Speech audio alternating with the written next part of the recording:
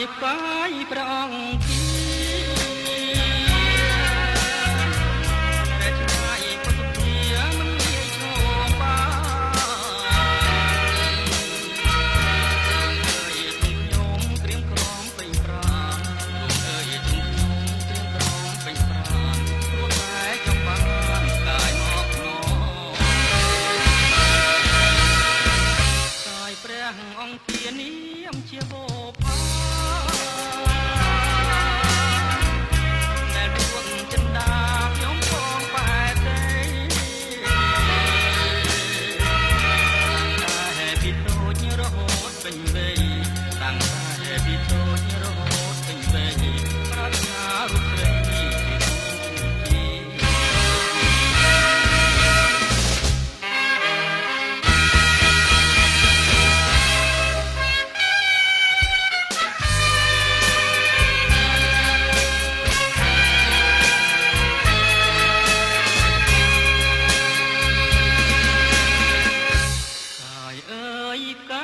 ព្រះអង្គបងសូមសន្ទនាភាសាដួងចិត្ត